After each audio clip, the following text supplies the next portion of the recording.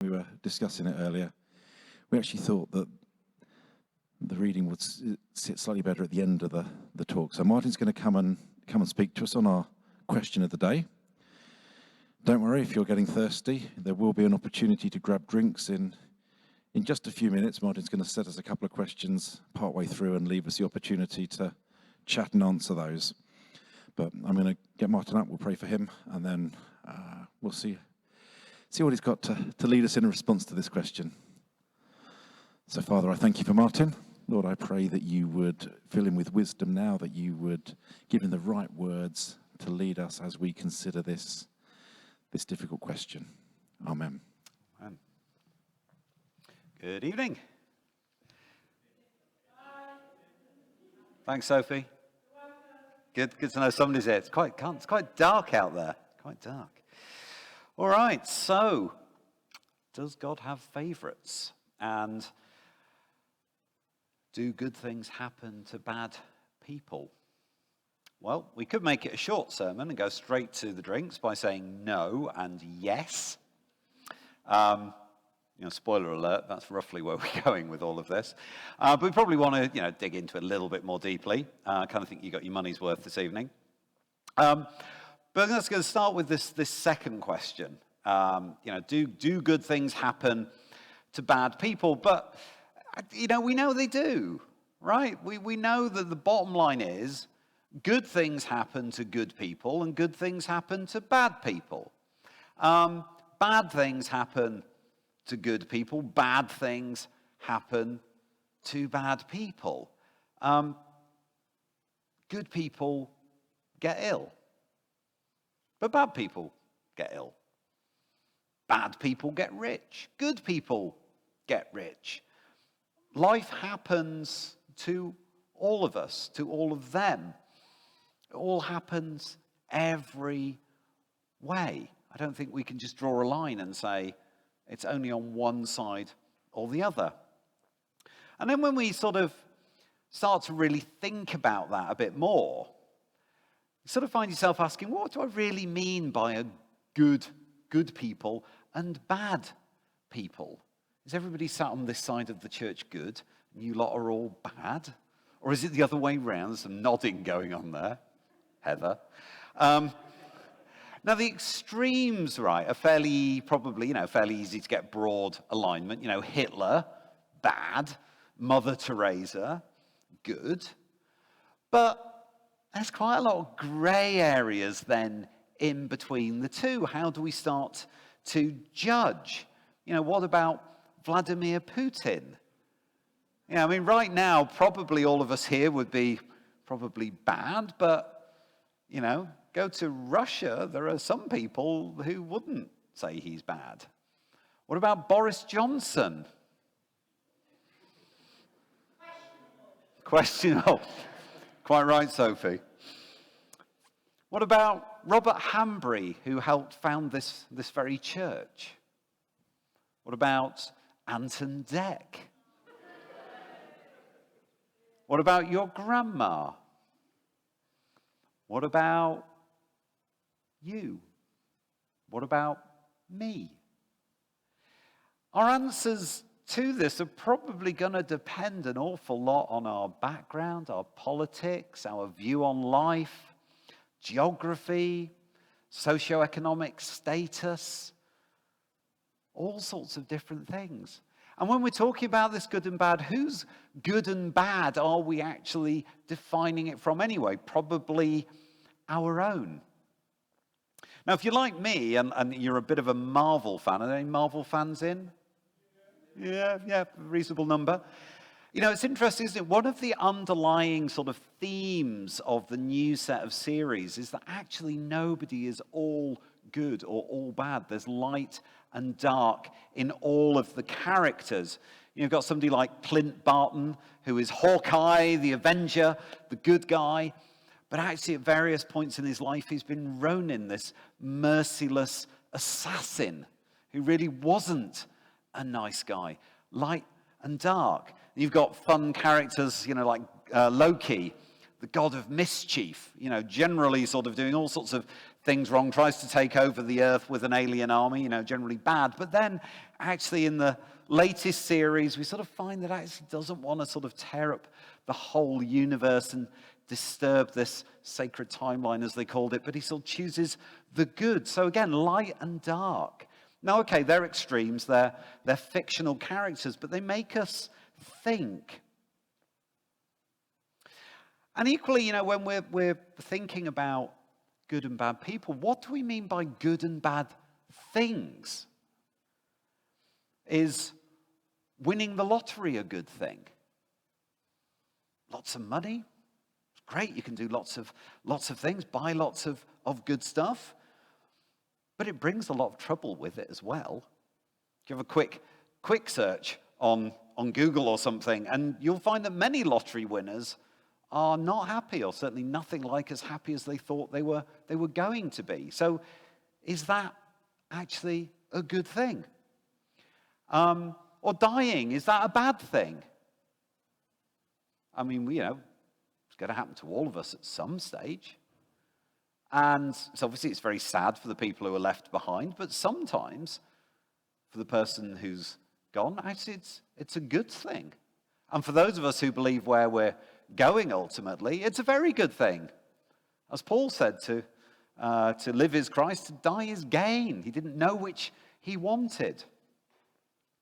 But the point of all of this, right, is these are not straightforward questions. It's not simple as a good and a bad. So where can we turn in the Bible to get some inspiration, where we can get some guidance and wisdom on this? Well, very helpfully, there is an entire book that is set aside to look at exactly this question. That's quite a long book, which is why the reading this evening isn't the entirety of the book of Job. But that's where we're going to dive. Now, who has read the book of Job? Hand up. That's about half to a third. Okay, great. Well, some of you will be with me. Some of you, this will be the first time we dive. Now, it's a fascinating book. It's a really, really cool story. Interestingly, it's also believed to be the oldest story, the oldest book of the Bible. Not the oldest, like, reference in history. Obviously, that would be Genesis, but thought to be the oldest book. And maybe it's a true story. Maybe it's an allegorical story, you know, it's kind of made up to make the point. I don't know. I tend to think it's probably slightly more a made-up and allegorical interpretive story, but it doesn't really matter. The key point is there's this chap called Job, who we're introduced to right at the start as blameless and upright. He feared God and shunned evil. So this is our hero of the story. He's wealthy, we learn. He's got a big family. He's got everything going for him. But he puts God first all the time. He's constantly thinking, like his children. It's like maybe when they've had a party, they've sinned accidentally. So he sacrifices to God to make up for any sins that might have happened. He's always thinking about putting God first. So he's a very godly character. And then, in the middle of the first chapter, the book takes us up into this like heavenly courtroom. And God is there. He's surrounded by sort of his angelic advisors, as it were. And then this character steps forward, the accuser, or the Satan. It's a word you might recognize. And this character steps forward, and he basically says, the only reason that Job is good and trusts you is because you've blessed him. Basically, if you took all that away from him, he'd spit in your face. And God says, no, he won't. And this accuser character says, let me take all of that stuff away from him and I'll prove you wrong. And surprisingly, God says, okay. Says, all right, you can go and take everything away from him. The only things he's not allowed to take away, can't take his life, doesn't let his wife get taken away from him either, which is interesting. But by the end of chapter 1, we get to this point where Job has lost everything. This whole series of events happen very quickly, wipe out everything that he's got. And Job is found to be saying, naked I came from my mother's womb, and naked I will depart. The Lord gave, and the Lord has taken away. May the name of the Lord be praised. In all of this, Job did not sin by charging God with wrongdoing. So really dramatic first chapter, from sort of hero to zero. And we know there's this sort of angelic thing going on in the background that's caused all of this. Now, the next 36 chapters of the book, which is probably why some of you haven't read it, is really dense Hebrew poetry. And it's a back and forth set of conversations between Job and three friends and then a fourth friend who comes along, arguing the best human wisdom as to what on earth is going on. And Job insists that he's innocent. He says, I haven't done anything wrong. So he says, my suffering isn't divine justice. This isn't God getting his own back because I haven't done anything wrong to deserve that. So either God doesn't run the world according to justice, or worse, God himself is unjust. It's the only conclusions that he can come up with because he says, I haven't done anything. Now his friends start arguing, saying, well, clearly you're wrong. Clearly God is just, and clearly God runs the world according to justice, so you must have done something wrong, Job. And in fact, it gets to a point, they start making stuff up. It's like, well, you must have done this, or you must have done that. Poor guy. These are his friends, remember, right? The guy's just lost everything. He's feeling right down there, and his mates are now saying, well, you probably did that. You probably did that. Poor guy. Anyway, back and forth go all these arguments. But he keeps insisting, I haven't done anything wrong. And then this fourth friend turns up. And he sort of makes a slightly more sophisticated argument. He says, God is just, and God does run the world according to justice. But perhaps your suffering is like a warning of something you might have done wrong. So it's actually trying to help you avoid future sin. So it's not so much divine retribution for past sin, it's like avoiding future sin. So these characters are laying all of this out.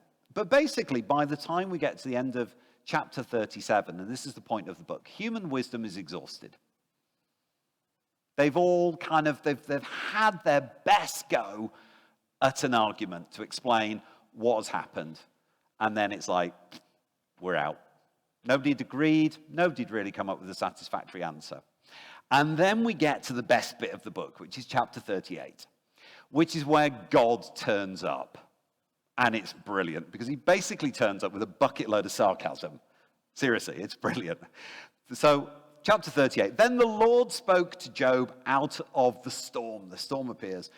Who is this that obscures my plans with words without knowledge? Brace yourself like a man, I will question you, and you shall answer me.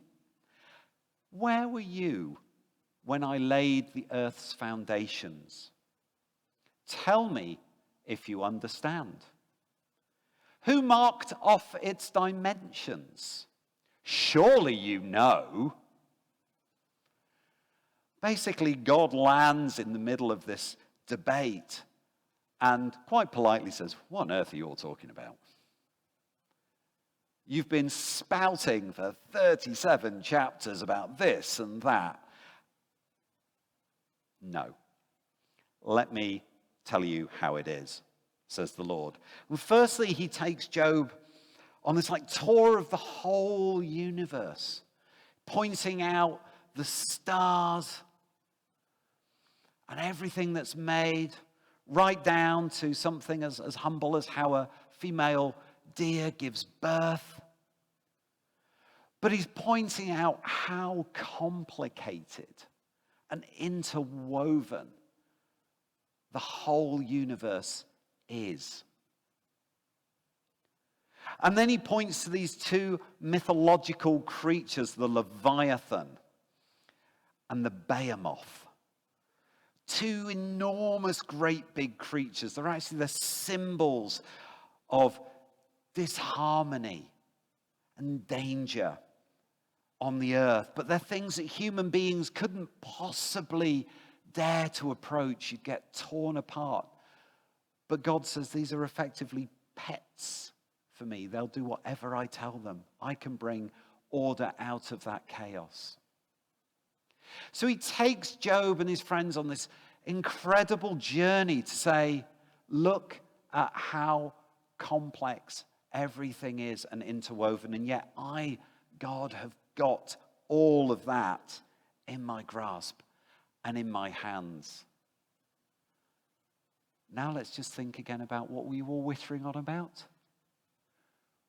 What were these terribly clever human arguments you were just coming up with? Shall we go back over those again? And the wonderful thing is that God just turns round to Job in this and says, look, your accusations as to God's injustice in this situation, you assume that you have a vantage point that is sufficient to be able to make that call. You're assuming from this little point on earth that you can turn around to God the Creator and say, well, you're unjust. And the point of this sort of journey that God takes Job on is to say, seriously? Really, dude? You think you can grasp all of this? You think you've got a big enough understanding that you can turn around and say, I get this. I can make a claim that God is unjust. He doesn't have that universal vantage point. He doesn't understand everything that's going on. He can't make that claim. Not rightly. And the story is meant to help us see that we live in this amazing and beautiful and incredible world. But it isn't designed to not contain suffering. Heaven is, but where we are today is not. The world is good, and the world is ordered, and the world is beautiful, but it is also not perfect. It's wild. It's dangerous. That is the world that we live in. Bad things will happen in this world. But if we try and accuse God of being unjust, the answer is quite simply, we are not in a position to be able to make that claim. We don't have that vantage point. And if we demand an explanation as to why is it like this? Why is it this way? Why have you done it this way? Unfortunately, the book of Job doesn't actually give a simple answer. In fact, it doesn't answer the question at all in that sense. Because there isn't a simple answer. And actually what God says is, I just want you to come and trust my wisdom. I want you to trust me. I want you to enter into my love and be in relationship with me and know that I am good and I love you. And the book actually ends with God honoring Job for struggling with these questions. Even when he doesn't give him nice, simple, gift-wrapped answers, he honors Job for struggling to understand these things. He gives the friends a bit of a ticking off for their somewhat unhelpful advice, but kind of in a gentle way. I think he sort of appreciated that they were trying. But God wants us to trust him in these situations. And the book of Job is there to show how complex the world is, how complex life is, and that we as the made, the human, can't possibly begin to understand every single aspect of all of this. But we can trust God. So, I will encourage you to go and read the book of Job. It is fantastically good fun. It is quite hard going, those 36 odd chapters. Don't get lost. Don't get woven into the detail of the words. Read it quickly. It's poetry. Read it through and get the gist of the back and the forth of the arguments. I promise you it's worth it. Give it a go. But we're going to stop and have a drink, and going to throw some questions up on the screen magically behind me. Ooh, feel like Debbie McGee. And I want you to take these into your groups and have a little chat, and then we'll all come back together, and there'll be a chance for people to feedback. So if you're feeling brave, you can sort of, shout out some of what you found. But 4 questions. How easy do you find that conclusion to just step back, surrender? Do you trust and believe that God is wise and good and loves you? Is that easy for you to step into? Does this story resonate for you? Does what I've said make sense? And who in the book do you feel like? Do you feel like a bit more like Job? Do you sort of align with him? Do you tend to think God's unjust and things shouldn't happen the way they do? Or are you like his friends, where you sort of think there should be a very simple, linear explanation for things? You've done something good, you get a reward. You've done something bad, you get punished. Where do you think? So take these things away into your groups. I think the tea and coffee and snacks and everything are being prepared at the back.